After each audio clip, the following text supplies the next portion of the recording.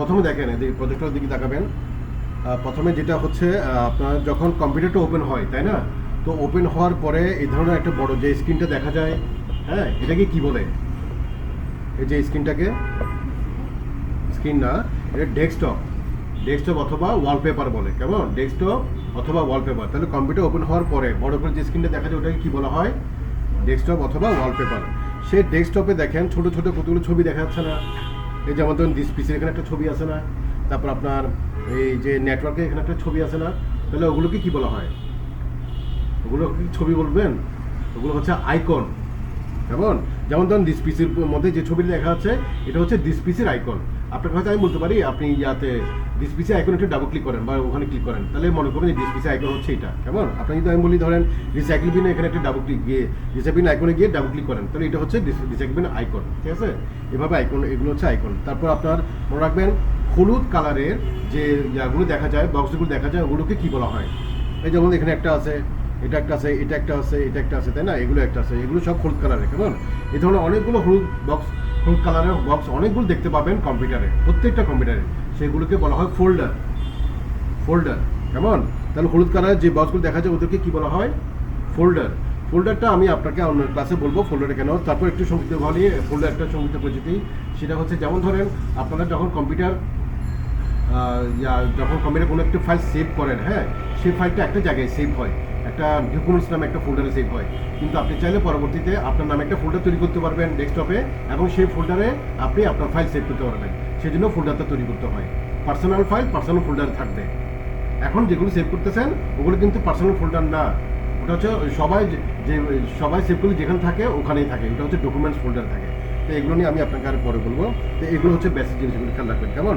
তারপর একটু দেখেন, এটা হচ্ছে একদম নিচে, আমি দেখছেন মাউস নিয়ে একটু নাড়াচাড়া করতেছি, যে যেখান থেকে আপনার ওয়ার্ড প্রোগ্রাম ওপেন করেন, যেখান থেকে আপনার টাইপিং টেবিলটা ওপেন করেন, ওই অপশন ওই বারটাকে কি বলা হয়?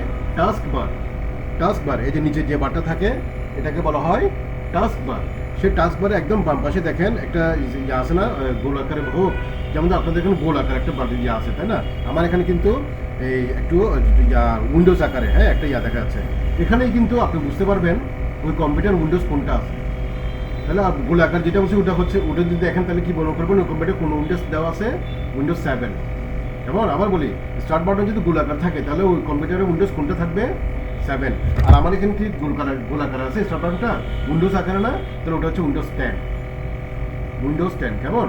উইন্ডোজ যদি প্রশ্ন করে উইন্ডোজ একটি কি, উত্তর দিবেন উইন্ডোজ একটি অপারেটিং সিস্টেম। জাস্ট অপারেটিং বলবেন, অপারেটিং সিস্টেম। উইন্ডোজ একটি অপারেটিং সিস্টেম।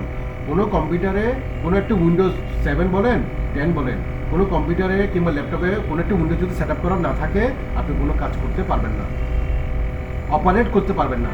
এই যে মাউস নিয়ে যে ক্লিক করতেছেন, একটা জায়গায় ক্লিক করতেছেন, এটা হচ্ছে অপারেটিং। তো এগুলো যদি উইন্ডোজ যদি সেট আপ করা না থাকে তাহলে আপনি সেটা অপারেট করতে পারবেন না। সেজন্য উইন্ডোজ একটি অপারেটিং সিস্টেম।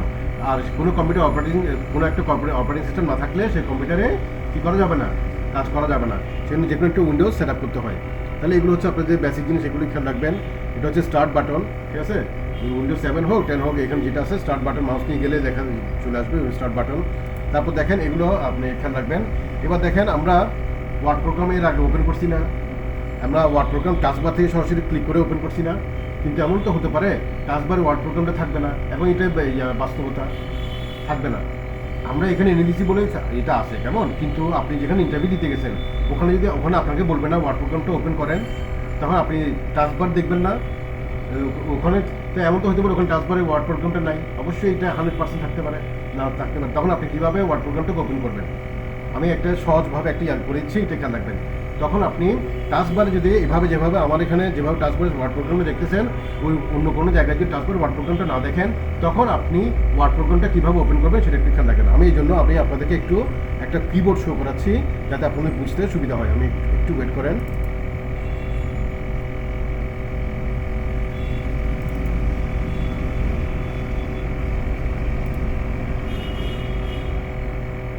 এই দেখেন, খুব খেয়াল রাখবেন, আমরা যদি কিবোর্ড থেকে ওয়ার্ড প্রোগ্রামটা ওপেন করতে চাই তখন এটা হচ্ছে স্টার্ট বাটন, তাই না?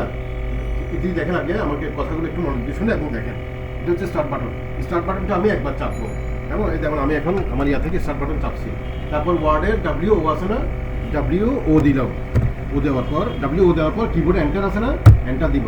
তাহলে দেখেন ওয়ার্ড প্রোগ্রামটা ওপেন হচ্ছে, ঠিক আছে। এভাবে আপনারা ওয়ার্ড প্রোগ্রামটা ওপেন করেন। দেখে এবারে এভাবে একটা করেন তো আপনারা। স্টার্ট বাটন একবার দিয়ে ও লিখে এন্টার দিবেন। স্টার্ট বাটন একবার দেওয়ার পর ও লিখে এন্টার দিবেন, তারপর ওয়ার্ড প্রোগ্রামটা ওপেন হবে।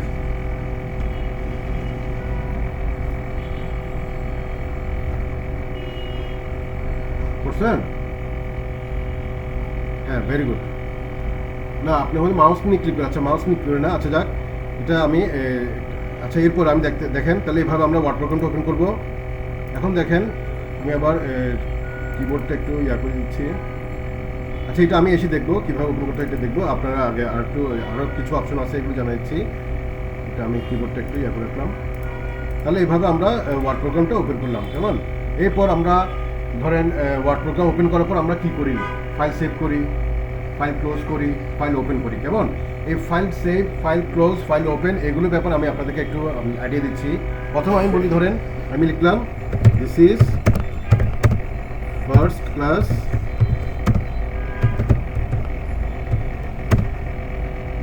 Class in MS Word।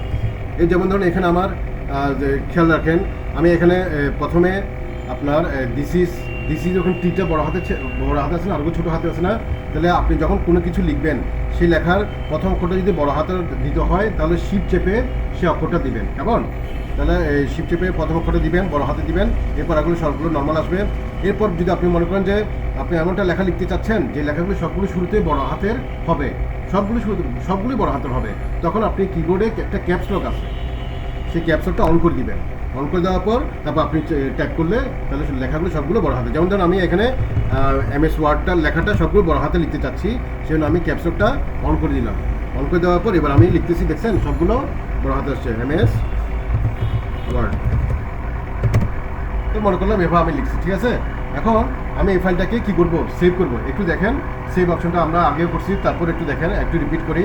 Save অপশনটা আমি আপনাকে দেখাইছি জাস্ট অফিস বাটন থেকে ফাইলকে সেভ করাটা দেখাইছি, কিন্তু আপনি চাইলে বিভিন্নভাবে ফাইলকে সেভ করতে পারবেন। আমি আপনাকে ওয়েগুলো দেখা দিচ্ছি, আমি আপনাকে বিভিন্নভাবে কোনভাবে ফাইলকে সেভ করতে হবে এগুলো দেখা দিচ্ছি। আপনার থেকে যেটা সহজ মনে হয় সেটা আপনি অ্যাপ্লাই করবেন, কেমন। প্রথমত আমরা শিখছি এই যে মাউস নিয়ে অফিস বাটন ক্লিক করলাম, তারপর সেভ আছে, সেভে ক্লিক করছি, ফাইল নেম চাইছে, ফাইল নেম টাইপ করে তারপর সেভে ক্লিক করলাম। এভাবে তো আমরা ফাইল সেভ করি, তাই না। কিন্তু আমি অন্যভাবে কিবোর্ডের মাধ্যমে যদি আমি ফাইল সেভ করতে চাই, একটু খেয়াল রাখবেন, কিবোর্ডের মাধ্যমে যদি আপনি কোনো ফাইল সেভ করতে চান তখন কিবোর্ড থেকে, এটা হচ্ছে কন্ট্রোল, কেমন। CTR এর নামে যে একটা কি থাকে ওটাকে বলা হয় কন্ট্রোল। তাহলে কিবোর্ড থেকে আমি কোনো ফাইলকে সেভ করতে চাইলে তখন আমাকে কন্ট্রোল চেপে ধরে S দিতে হবে প্রথমে, কেমন। কন্ট্রোল চেপে ধরে S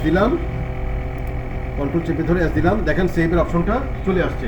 এরপর আমি একটা ফাইল নেম টাইপ করতে হবে না, আমি মনে করলাম আমি ফাইলটা টাইপ করলাম WW বা WW, হ্যাঁ, WW দিয়ে আমার ফাইলটা আমি সেভ করলাম। তাহলে ফাইল নেম টাইপ করার পর এরপর কিবোর্ড থেকে আমি এন্টার দিলে তাহলে WW নামে ফাইলটা সেভ হবে। এভাবে কিন্তু আমরা শর্টকাটে কিবোর্ডের মাধ্যমে ফাইলটা ওপেন করতে পারি, সেভ করতে পারি, কেমন।